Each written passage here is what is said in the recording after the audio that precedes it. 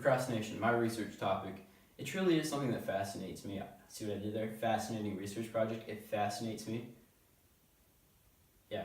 Anyways, so it does fascinate me. It actually affects my everyday life. It affects my schoolwork, my homework, my home life, I guess, because I kind of hang out. I'm a couch potato up until the day that an assignment's due, and then I'm in like a feeding frenzy almost, trying to get the assignment done as fast as possible.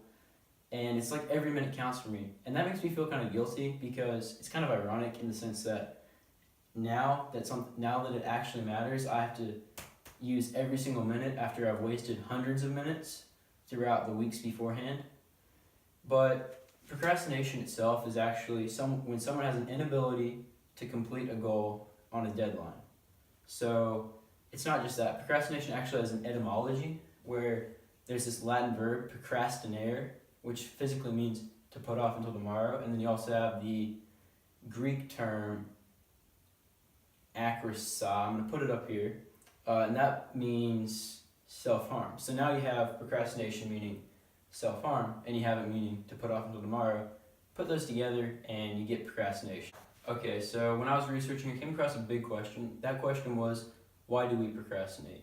So I started looking at my three biggest sources, which were all written by professors, psychologists, doctors, and I came over 4 overlaying sources. Oh yeah, by the way, these things were from the Salem psychology textbook in the library, verywellmind.com, and psychologytoday.org, 2 celebrated websites in our textbook in the school library. So the 4 overlaying reasons were: 1, people overestimate how much more prepared they'll be in the future. 2, they overestimate their motivation in the future. 3, they underestimate the actual amount of time. And 4, they just don't feel very qualified at the actual moment, so they decide to wait, or they have better things to do, which is kind of the unofficial 5th.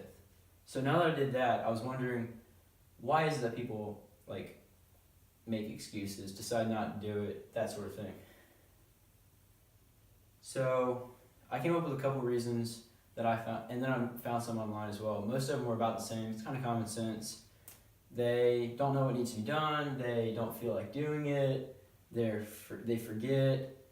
They have another day to do it. The list goes on and on. Basically, it all boils down to just excuses. Like procrastination is just a mental thing. People make a lot of excuses about it. So psychologists have linked procrastination to a lot of forms of depression, some types of mental illnesses. It's also linked to ADHD, attention deficit disorder, hyperactive disorders, a lot of things where it's hard for people to focus when they're really active, moving around a lot.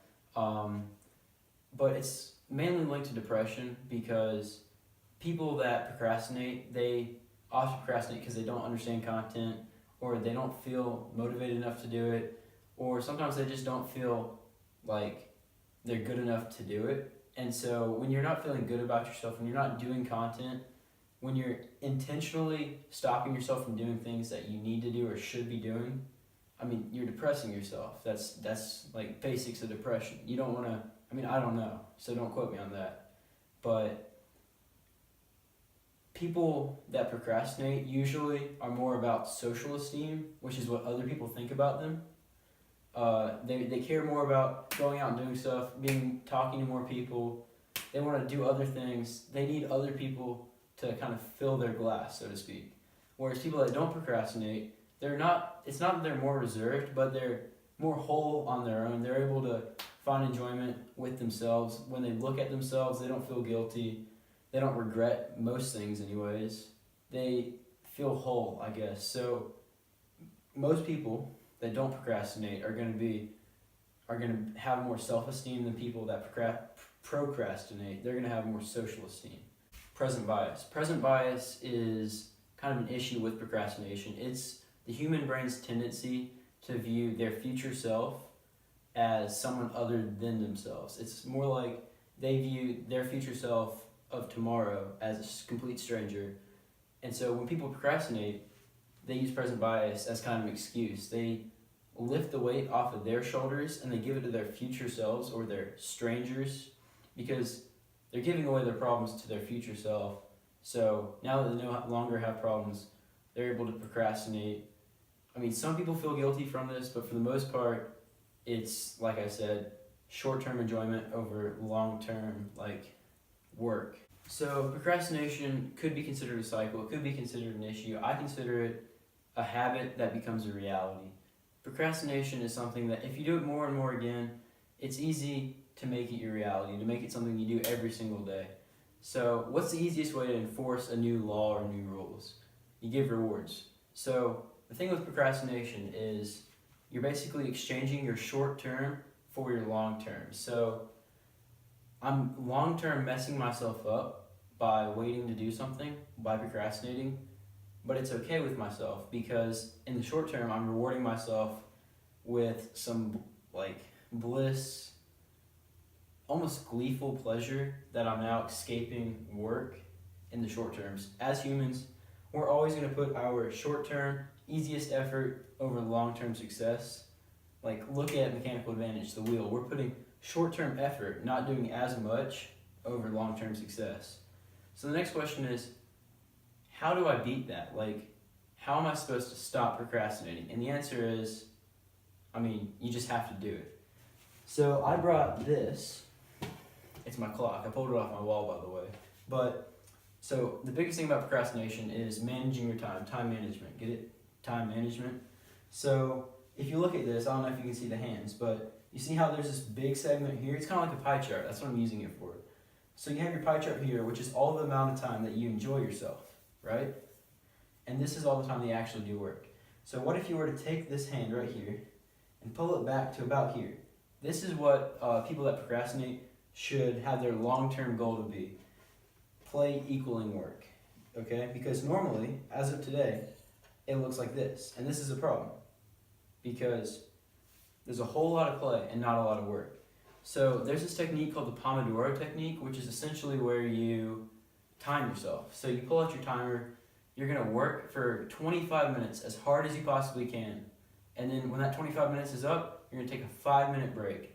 And you're gonna relax, let loose, chill out, and then as soon as that 5 minutes is over, you're gonna work for another 25 minutes. And you're gonna do that for about 4 cycles. And then after that, you're going to take about a 2-hour break, and then you're going to come back to the content. Because the whole thing about procrastination is you don't want to get bored. You don't want to feel like you're not good enough about something. You don't want to get frustrated, get upset. Because if you get frustrated, you're not going to want to do it. And if you don't want to do it, you're never going to succeed. So you're going to use the Pomodoro technique. That's